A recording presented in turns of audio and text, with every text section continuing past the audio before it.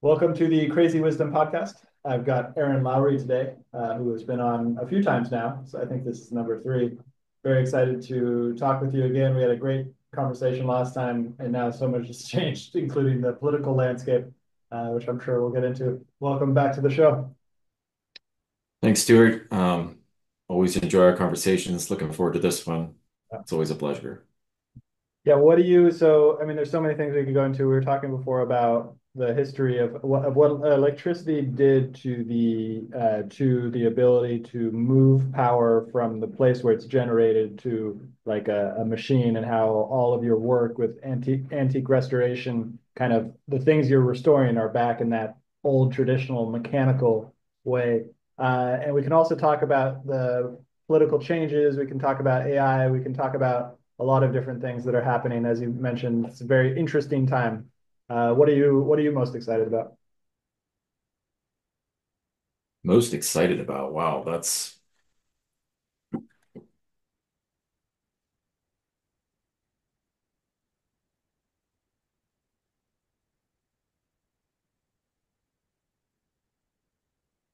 I think broadly the thing that I'm most excited about right now is what appears to be an impulse towards transparency and accountability and individual sovereignty, freedom of speech. Um, I think there's a few expressions of a core impulse that's generating something like that.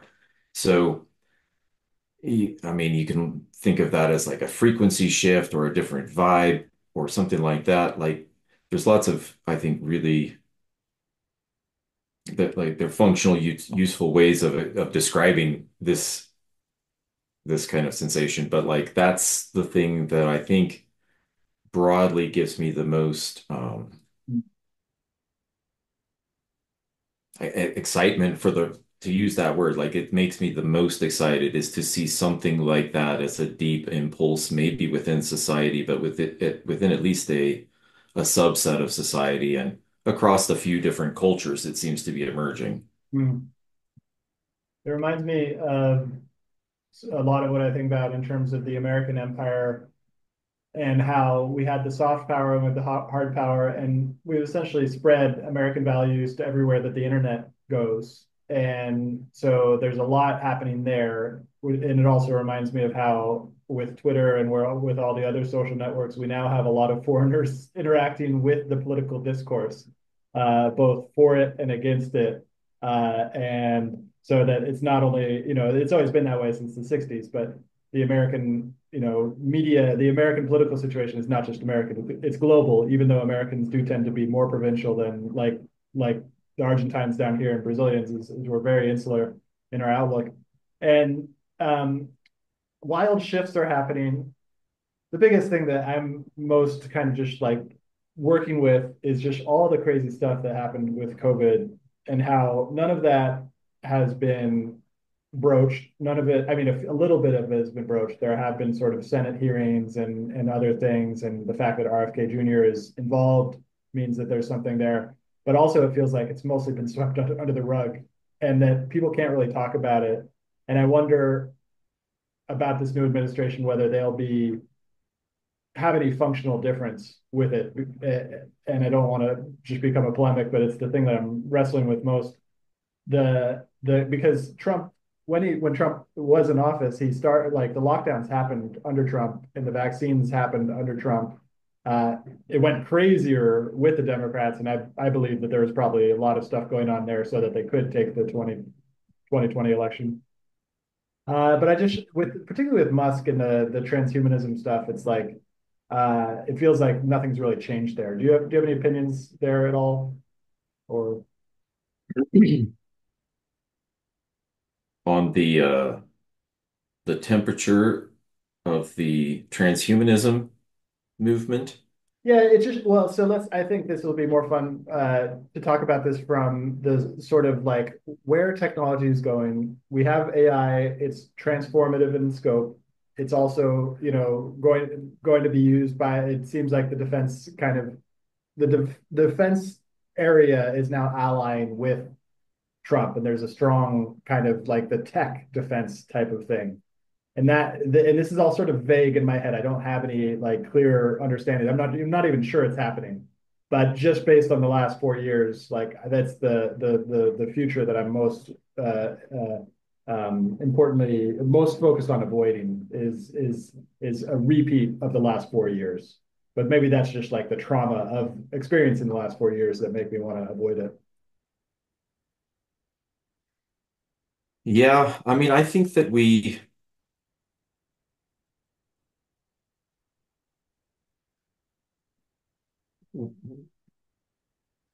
one of the things, and it's probably related to the nature of our relationship with time, is that we like to break things down into clear-cut segments. Whether it's hours or days or months or whatever, right? And sometimes that means administrations or, Uh, a wartime period, right? Or something. And we say like, here's a segment. And um, Dan Carlin has a line that I'm sure he borrowed, but like, and maybe it's from, I'll forget. Anyway, someone he references regularly. Anyway, the line is something like everything begins in the middle of something else, right? Like in the mid, there's already all these dynamics that are playing out in patterns over time that, accumulate sometimes in like a cascade, or sometimes there's trigger events and whatever. And then like all of a sudden it's like clear to everyone that there's been a thing going on for a while. And then they pick a like starting and ending point sort of when it gets historically referenced.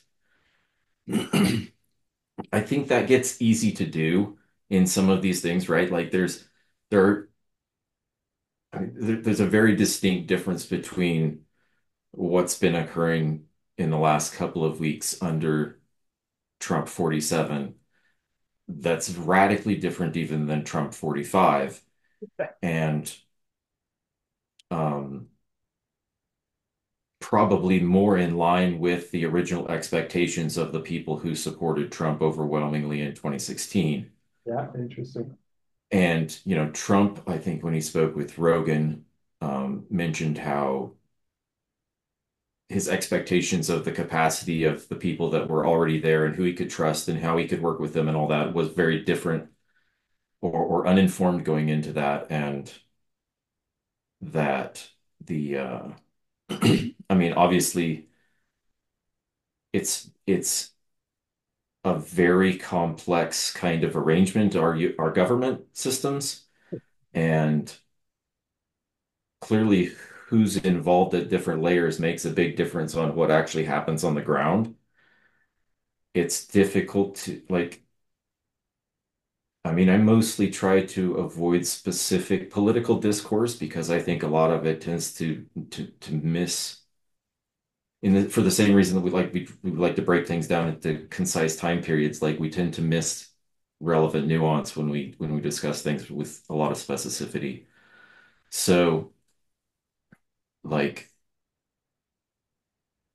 things were very different the 4 years under Biden, and whatever that was a different kind of operation and I think most administrations have been through history. Like it's difficult to know how functional and capable some of the people were that we've only read about from the past, but usually they're depicted as relatively functional and capable, even if their orientation might not be something we prefer, right? They're at least involved and engaged, and that certainly wasn't with the circumstances with Joe Biden, at least towards the end.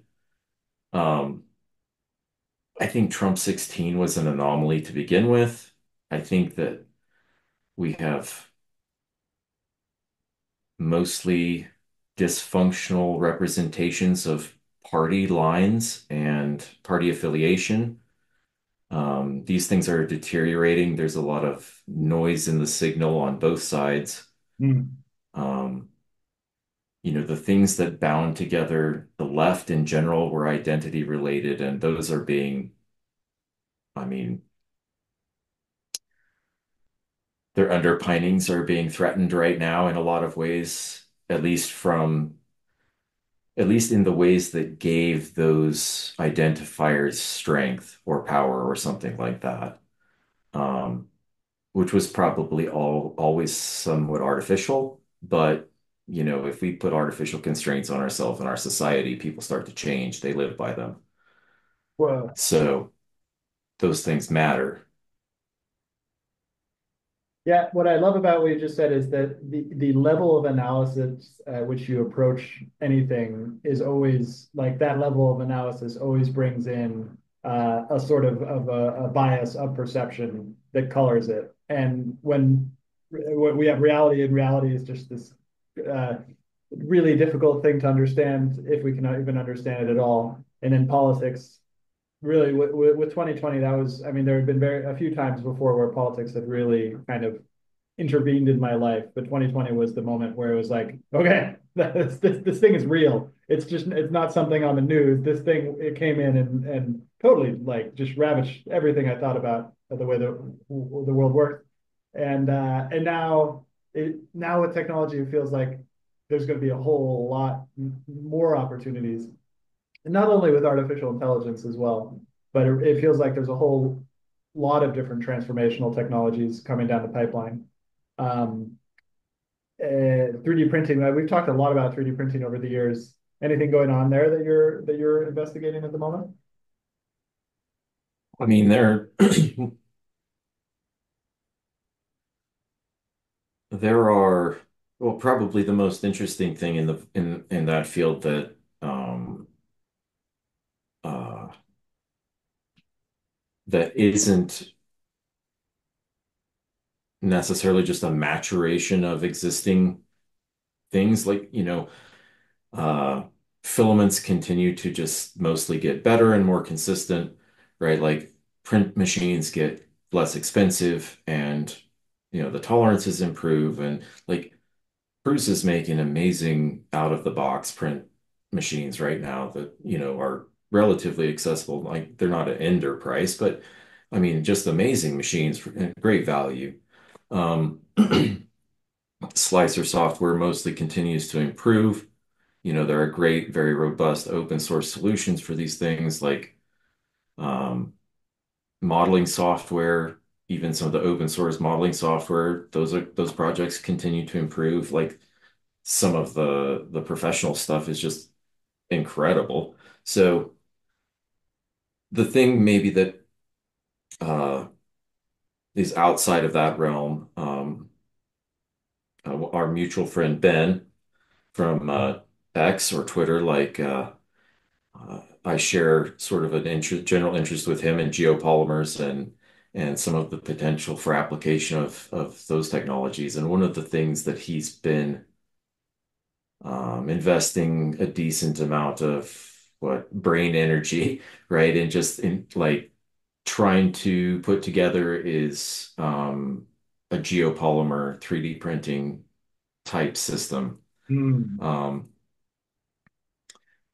Possibly printing within different types of mediums and stuff like that for supports and like there's a lot of interesting things when you start getting to I mean FDM in metals, right? Like that's another thing there's kind of cutting edge kind of things coming out or just the improvements are scaling pretty rapidly. So that's where I see most of the really interesting development in 3D printing and stuff is in the the application of that base technology for different types of material applications. And what are the applications right now that are developing? I mean, printed steel is something, or I mean, not just steel, printed metals, Yeah.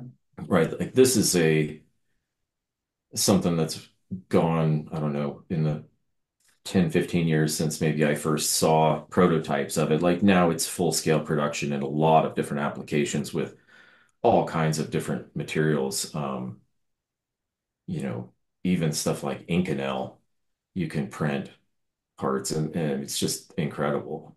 So, The those rocket, things, a bunch of major rocket. Oh implications yeah. for stuff like aerospace and Um, the place where I probably follow it the closest is automotive racing application kind of stuff. And usually you see these things in that field at, Formula One and the manufacturer So they're um, actually using R&D levels.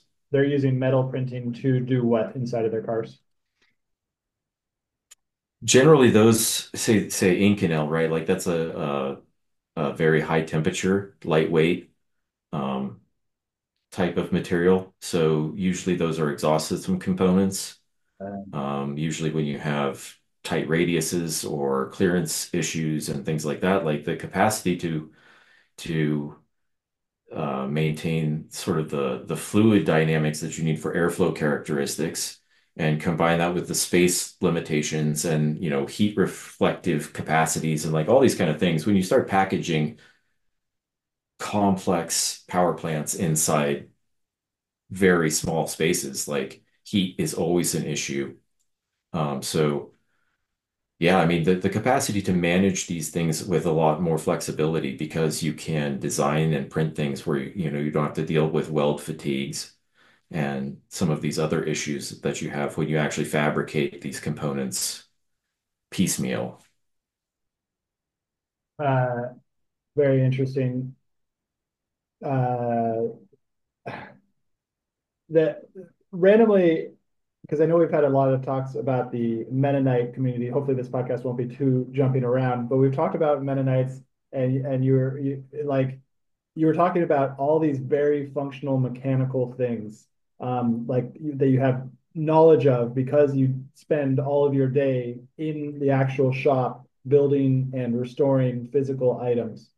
And I think so much about AI now and how much time I'm spending wrangling with this new alien intelligence that I'm now building completely abstract things that help me, for example, the podcast after we get finished, I'm almost to the point where it'll automatically transcribe the audio and then send it to the LLM to get to with a whole bunch of different prompts that will basically get all of this actionable, all the things we talk about, and kind of store them in a knowledge management way.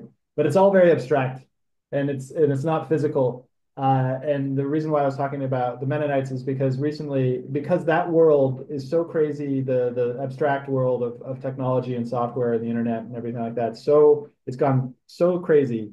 And that I've been doing a podcast with my dad called Stewart Squared, Mhm. and we are basically investigating the history of the personal computing industry. And he is starting a new fund, and the thesis of their new fund is all about reality disturbance. And so it got one podcast we recorded got me really interested in the Amish and the Mhm. Amish's point of view on technology. And it's really interesting because it's pretty decentralized. There's some sort of book or scripture that they have that helps them to come to a determination on each piece of technology, but it's really the community that decides what technology is the useful ones and what ones they'll use it. And the main limiting factor between the two is entertainment versus pure productivity and pure kind of utilitarian. They use the technology for that. They don't use the technology for entertainment. And I'm wondering, like, whenever people say the Amish, they're always like, "Oh, this is going to be too, this is like that's great that they do that, but modern humans can't do that." But I wonder if we are going to like if there are going to be divisions, kind of going back to what I was talking about earlier with just the transhumanism stuff and like how far some people are going to go in terms of merging with the machine, that there are going to Mhm. be immune system reactions to these new things that are coming down the pipeline. I just gave you a lot. You can kind of whatever came up for you. I would love to hear.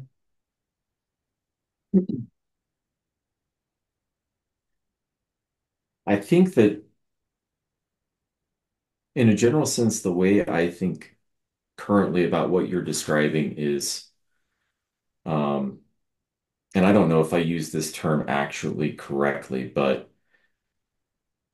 that within our culture, and this is more prolific and accelerated and prevalent today probably than it's ever been, we have something at the core that's something like an integrated group of techne, right? They're technologies that have been refined and aligned and course corrected across time to the point where they're basically aligned with human flourishing so that we've integrated them and they're just like core like you don't actually quite know how to define human flourishing, Mm. right?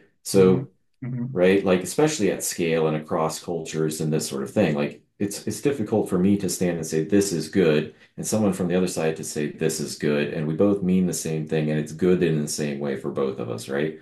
So it seems like the way that these things tend to work out is over time, if they're useful, we tend to knock off the edges or we course correct them so that at some point they're oriented in a general direction that's towards, say, the good, right? Maybe put Platonic ideals up here in a an orienting sense, right? Truth, goodness, and beauty. And out towards the tips of all of this is actually technology, and it's branching in Hmm. a lot of different directions. Like it's not obvious initially whether the pointy tip of your spear is really aligned with human flourishing or if it might be going this direction and need some course correction for it to actually have integrated utility, right? And so I think that there's a balance that you have to maintain towards technology. And there's extremes in the spectrum of how you or where you can be in your orientation towards technology.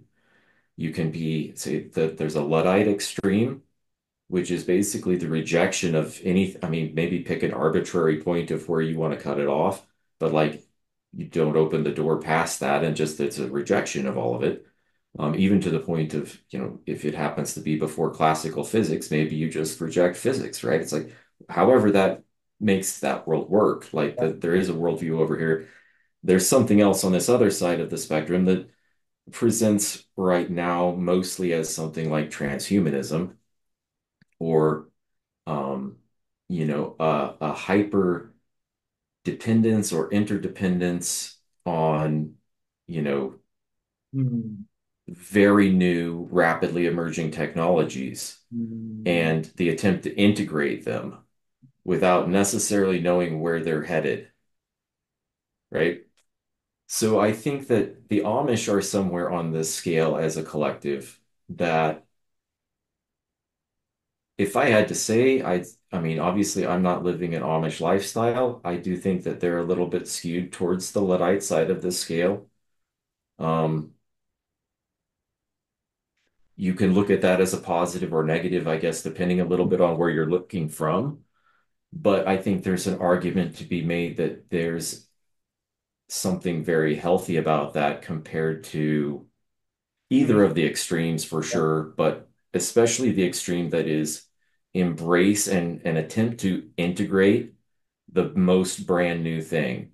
Like social media is another example of this, right? Like when it comes out, you don't actually know really quite how it's going to influence and impact society at scale and individuals within it, right? And then like you find out 10 years down the road that um, Instagram is having this incredibly negative effect on teenage girls, right? And like youth in general, but like, young women in like mass levels and really negative. And like, yet it's been really highly integrated into the Hmm. society. Like, at least at a certain point in time, it was probably upwards of 75 or 80% of people within most, well, say Millennium Gen Z that were using it, right? So that seems like mostly at the social or at the collective level, social media has been an example of us integrating to a high degree a technology that really isn't oriented towards human flourishing fundamentally, not at least in its current instantiation. Right. There have been examples of efforts to try to provide some course correction in those things, but a lot of those are actually driven by market forces too. And, some of those things can be more noise than signal. Yes. I So, mean, we're not like it's not clear that all of us as individuals are oriented towards our own flourishing. Mm. even Yeah. um, or if we are, that we have the discipline to maintain that. And so these sorts of technological integrations at scale, I think, play some real havoc with our um, a lot of our base systems Mhm. in many ways, like physiologically. Yes. Yeah, I agree. I like what you said. I like about the techne at the center and the psychotechnologies that we as a culture and a tradition and everything like that came together. And it, even though, it went into secularism, which are all founded by the traditions and everything like that. And all those core traditions were really built underneath the not the religious framework, but the cultural framework was like heavily influenced by religion. And now it's created secular, but a lot of those secular things are all based on that initial techne.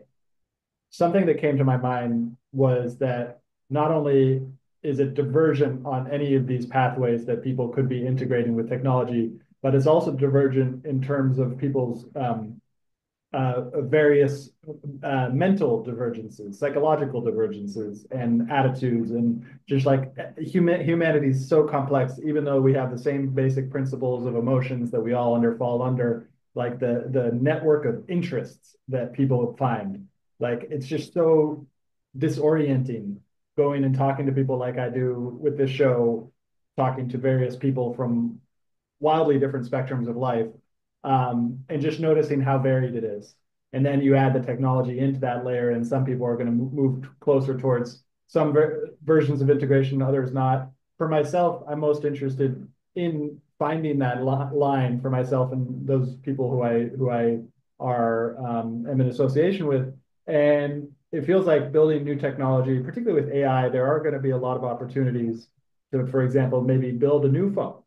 Well, or just get one of these phones that somebody else is building that, like, it really feels like it will need to be a local LLM that's not connected to the internet, and like my house not having internet, and then I just go to the office to use the internet. But in my house, I can, if I have all these tools and methods and everything like that, that will allow me to kind of like do the things I would normally do on the internet, but without connecting it. And that might be just kind of utopian. But what do you think maybe for your own life? Are you building anything? Are you thinking about how to structure your life in this relationship? Yeah, 100%. I mean, we've talked a little bit about this in the past, but and I was back and forth with Ben actually this weekend on DMs talking about this because he's looking at the potential of setting up something local as well. Um, I think there are a couple of things that we have to address when it comes to a lot of times the reason why you'd say want to insulate your digital environment from the internet is because of the way the internet actually works and the lack of security and privacy and all these things that are fundamental to it. So, I mean, you talk with a bunch of people that are Urbit people and fans of all that project, and in many ways, that's one of the things they're, trying to solve, right? Is that there are some of these things that make it really undesirable to extend the internet all the way to the edge of your digital existence, Hmm. right? Like that kind of level of connectivity. And for one, I mean, mostly I think it comes down to privacy and security at the Hmm. end of the day. Like we just don't have the technologies integrated at the base level to protect those, right? And like we see how that gets exposed all the time, right? Like you have to try to secure everything on the edge at your end. And there's really no degree to which you can go to which you can be perfectly secure if someone actually wants it bad enough. So that's, that's kind of problematic and underlying all that. So I think that when it comes to AI, LLM, agents, whatever, however, maybe we're interacting with some of these machine learning functionalities and compute at scale, right? Like I think there are different applications that make sense, and not all of them need to be local and Um, and almost, I guess the way to say this is I do think there's an application for what you're describing that is almost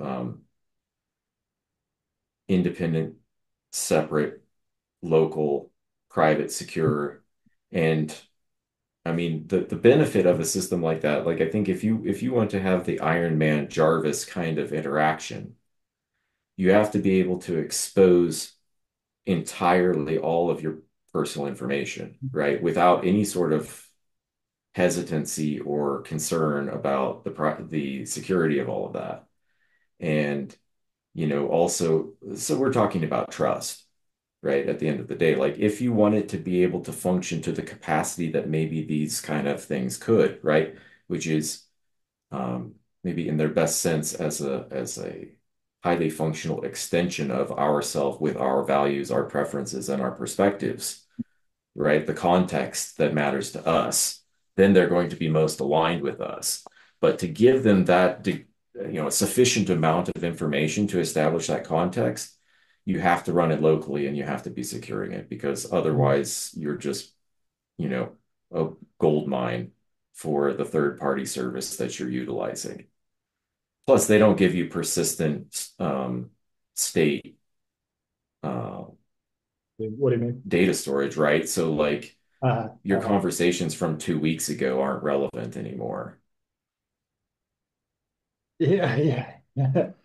You know Um, what I mean? Like, you need to be able to have a conversation with your LLM, your local LLM that is allows you to recall a conversation you had 3 months ago and some yeah, information that was in it, yeah, right? That it has access to instantly, but you can't remember, you know, or some connection you made kind of tangentially and in passing that now seems to have more relevance. And like that's where we need, I think, a layer of augmentation that could really give us a lot of practical potential utility. yeah. Interesting.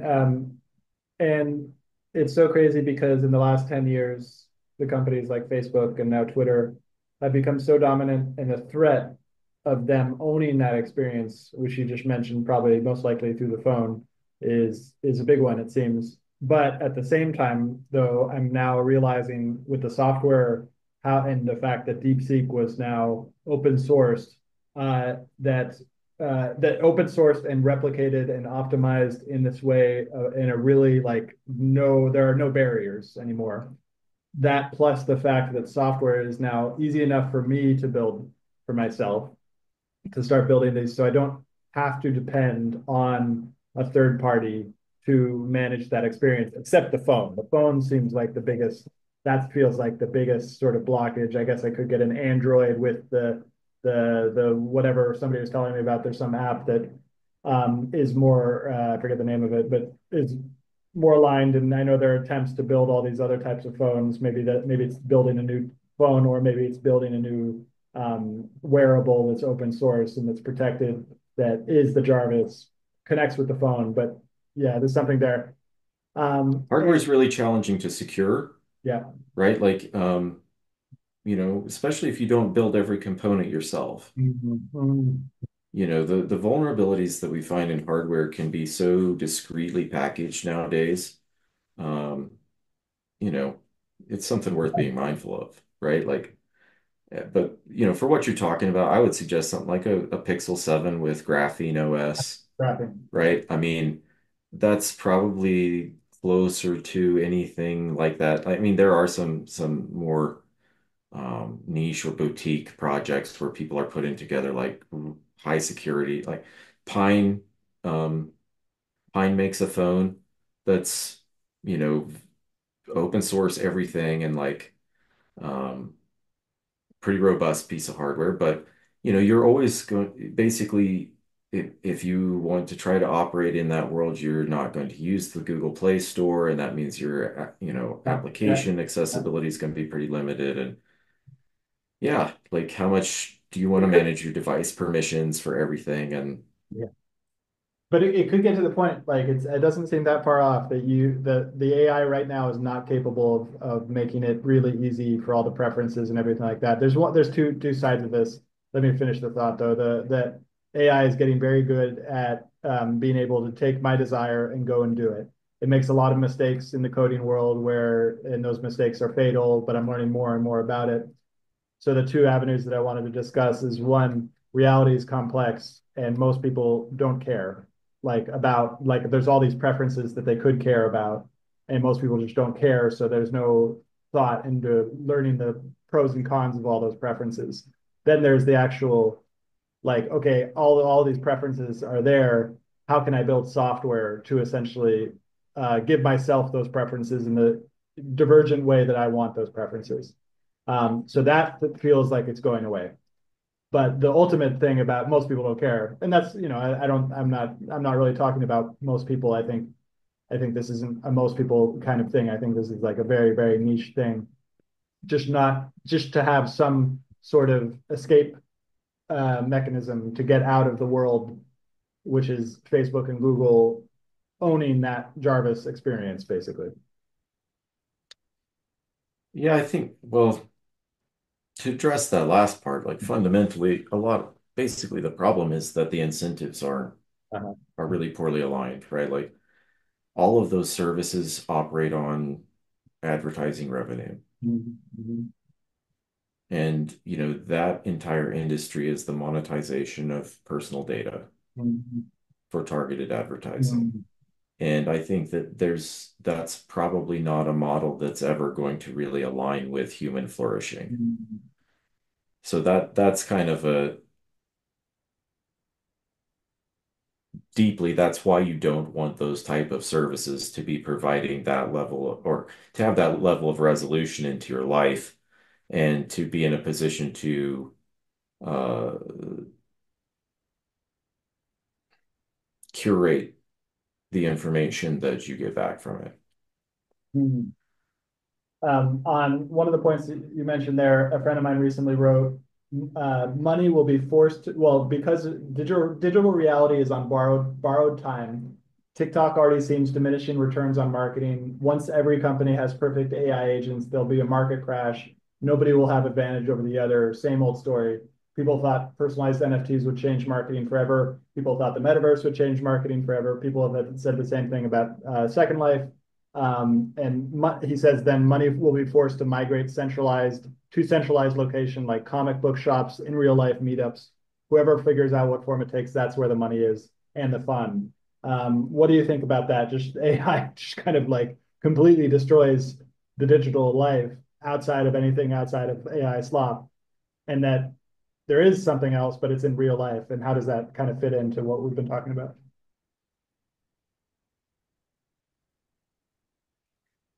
I think there's an aspect of digital technology that's very much still technology in that technology techne Mhm.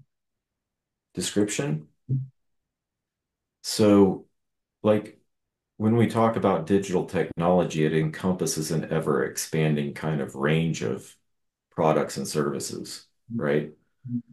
But the nature of it is that it operates on like a layer above the material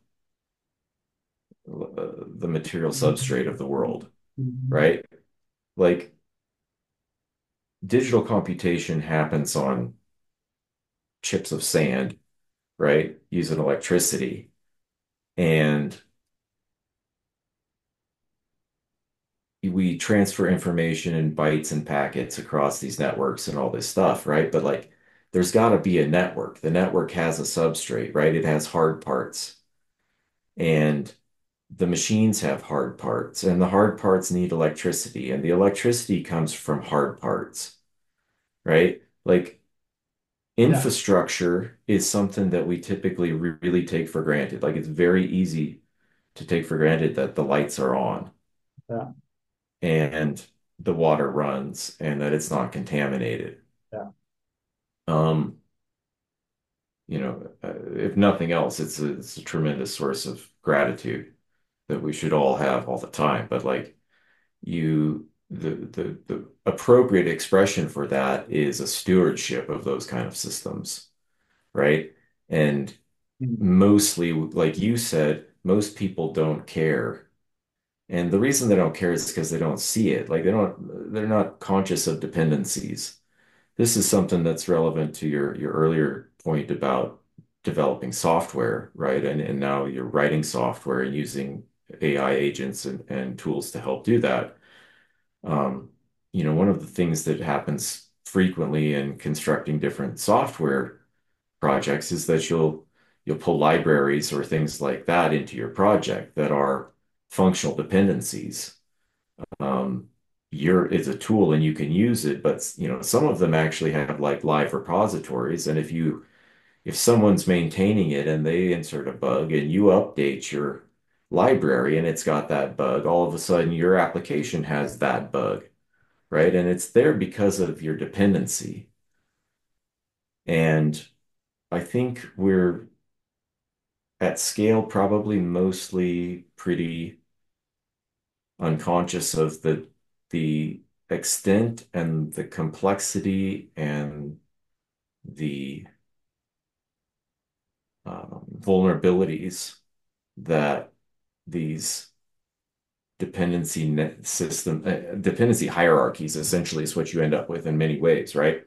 Like the whole digital network and the internet runs on an infrastructure that's fundamentally mechanical, right? Like there are hard parts that, whether it's undersea cables Yeah. or it's switches, right? It's DNS servers. It's, people like Cloudflare, right? And we start to have something like a little bit of redundancy in the system when you layer something like Starlink onto it, because it has basically a separate independent network infrastructure. And so the fact that you have two different network infrastructures, but they're compatible, gives you feature redundancy, right? And functionality expansion that we didn't have before, right? Like Starlink works great in all kinds of places where traditional networks weren't even viable to access, right? So I think there was a few things that I touched right there, but like in broad scale, like dependencies are very critical. Like I have a line that I like to say that is always be reducing dependencies. And to do that, you have to, first of all, be analyzing and be mindful of the things upon which the things you're doing are dependent. Whether you're a business providing products and they're your suppliers, or, people do service for you that's critical to your delivery of your product, whatever it is, or, even if it's AI agents that you're using or whatever, and they become critical to your workflow, like, you know, what are you depending on to make sure you have access to that tool and that functionality? If you're running it locally, then you need the power to be on and you da da da da da. But if it's a third party service, well, you're dependent on them to keep their power on, Mm. right? And da da da da da da. Da. And the more things that are beyond your control, the more you're trusting an extended network of usually unknown parties to provide reliable services for you. And so I guess to the degree that something is, I guess, important to the delivery of your product or critical, right? Then you should try to minimize the dependencies or exposure and vulnerabilities that you have and the different vectors where that could be compromised. Yeah, it's in that in some ways to remove oneself from all dependencies is a total utopia. But then on the other end, I don't think that's a good thing to even try to aim, because yeah, you could always be reducing dependencies. I feel like I can say, because I don't think you ever get anywhere near zero, like not even close, and that's not the thing you're aiming at. The thing is most to be top of the mind awareness that there are dependencies and to be yeah, recognizing them and be aware of them. And oftentimes it's to be appreciative of them, yeah, especially when, say, if you depend on, say, a product or a service for your company, and it turns out that there's someone that you've known your whole life that provides that service, and they're dependable and they're reliable and you can communicate with them and all of those things are there, like that trust relationship, is Mhm. invaluable in a sense, Mhm. right? Mhm. The because of how critical that component is to your product and the reality that it's a dependency that you have because someone else is producing it. Yeah. So trust is critical there, and like, yeah, I mean, there's a lot of things that are a lot of these things we're just taking for granted all the time because really we do so many of these things constantly, or we have so many dependencies, and they're inherent, they're inherited. Some of them are kind of cultural, right? It depends where you live, like what kind of infrastructure you inherited. When I was in Ghana 20 years ago, right, like the power grid in North Ghana was not comparable to the power grid in Northern Colorado, right? Yeah. Like people inherit different functionalities and dependencies, and like those people had a lot fewer blind spots to a lot of these things, right? Because they're very aware of how Yeah. vulnerable those things are. Yeah. But at the same time, they weren't realizing a lot of the benefits that you can enjoy when those things are reliable and dependable and you don't have to think about them. Yeah. That it sounds like there might be another nuance to always be reducing dependencies, which is always be reducing untrustworthy dependencies or potentially untrustworthy dependencies.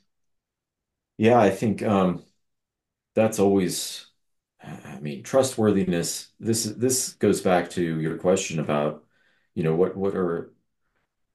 how are we investing in the material space, and what is the value,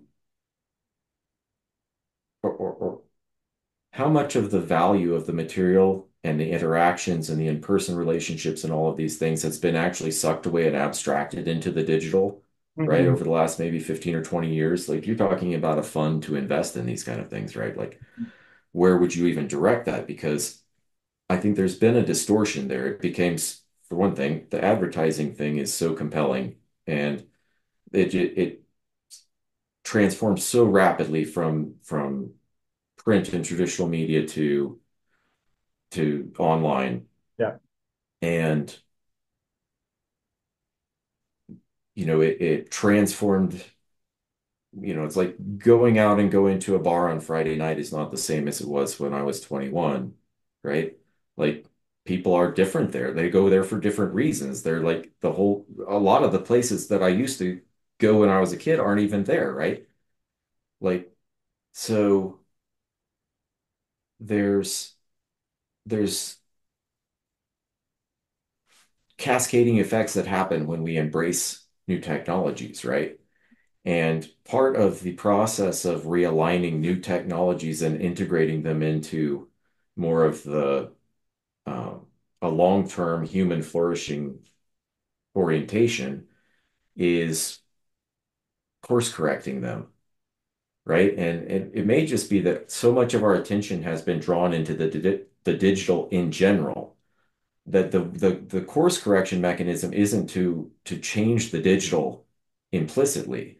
It's to redirect more attention back into the material and physical relationships, and um, I mean, you could call this becoming more grounded, getting more rooted, becoming more based, however people, you want to kind of describe that. But the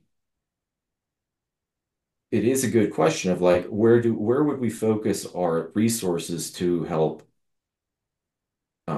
steward that in or husband that kind of because we're trying to achieve a balance, Mhm. right? Mhm. And it seems like we've gotten imbalance. That's pretty clear. Like digital technology in general, and you can tie social media and online advertising, all these different kind of things, search engine optimization, like da da da da da, different things that distort and twist and change how that represents reality to us. Mhm. And so much attention has been drawn into that environment and ecosystem and everything, and a lot of money and resources as well, right? Mhm. And I think you can see it's been at the cost of the the material interpersonal relationship like substrate. And a question is, or the question really is like we have digital technology. It's already here and it's going in a direction. If that direction is not fundamentally aligned with long-term human flourishing, then course correction needs to occur. Like Mm. You can try to force these things to happen, but really what if you want it to go the right direction and you don't know where that is, then the thing to do is let it organically find that point, The way it right? happens. And the way to do that is by trying to align incentives, Yeah. not trying to force it or regulate it, because that's just not going to be successful. How do you align incentives when the competing incentive is, and this gets into the sort of the Nick Land territory of Nick Land took not sorry, Marx's Mao's kind of insight. Mao had an insight into the nature of capitalism, which capitalism goes and like a mushroom colony, basically goes and finds value, and as soon as there's value, it goes and creates it doubles down on that value, almost like a proto version of artificial intelligence. And that's coming from a critique of capitalism that I don't necessarily agree with, but it is sort of hard to deny that in terms of the accelerationism. And so we have this the misaligned incentive structure that is not necessarily in the best human flourishing. How do we build a separate incentive structure that incentivizes towards the good? I'm an optimist. I fundamentally believe that, I think as you do too, that ultimately this whole human experiment is moving more towards progress and more towards instantiating the good in more and more avenues. Um, but it's hard to see a way to build an incentive structure outside of that, except through really intense creativity, basically. Yeah, I mean, I've thought a lot about this. I'm basically at the point where I don't think we can construct um,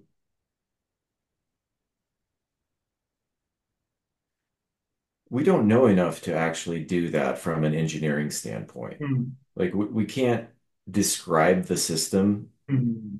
to perfection um, sufficiently to eliminate the vulnerabilities where something like human nature comes in and distorts and perverts it somehow, right? So I do think that the process towards that ideal, say maybe platonically described truth, goodness, beauty, human flourishing, right? That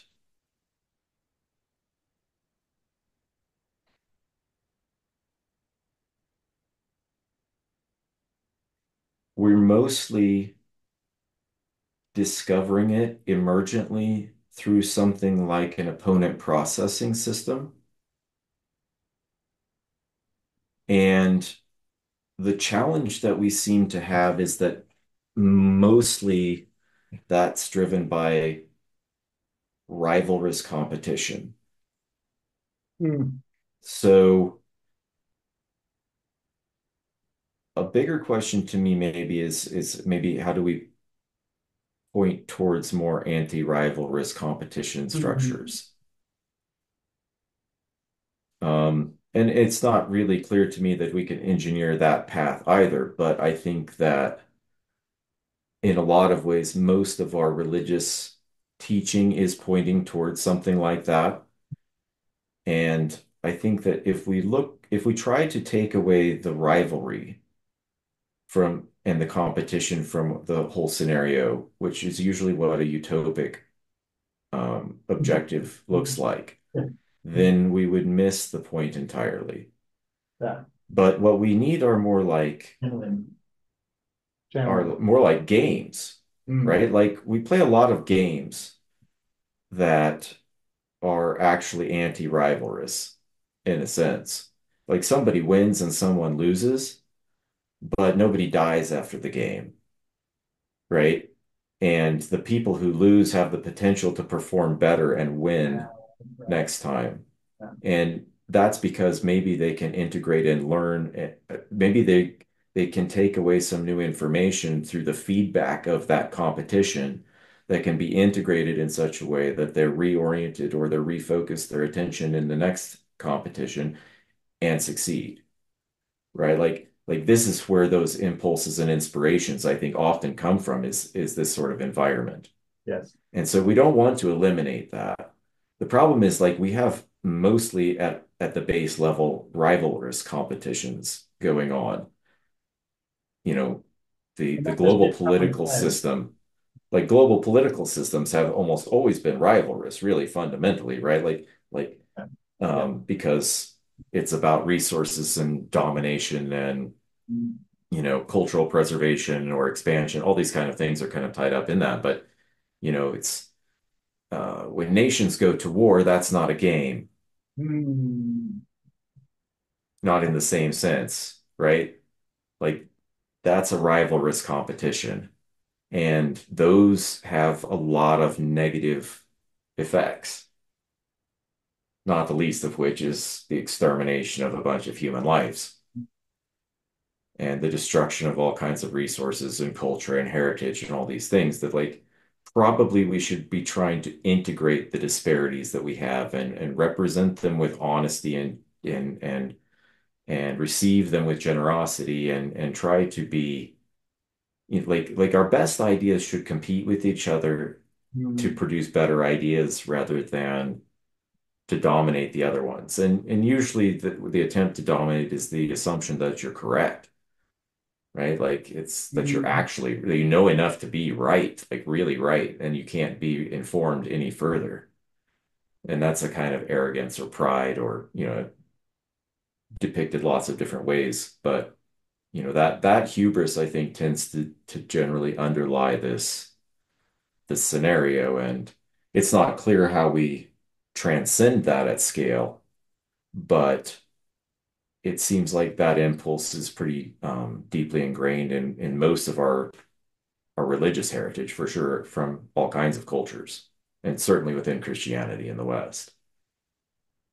So, Stu, like we should title this episode "How to Build More Infinite Games" or "How to Build the Infinite Game" and channel competition, something around that. I'm going to try an experiment. If the AI is listening and reading this transcript, please make sure the name of this is something to do with infinite games. And so yeah, thank you so much for coming on the show. And how can people find out more about you? Maybe on Twitter. Yeah, I'm still Twitter is my highest profile point. I've got a couple of URLs that I need to get populated and get hosted here fairly soon, but for right now, Aaron_Lowry on Twitter. AARON_Lowry. Thank you so much. Yep, Lowry.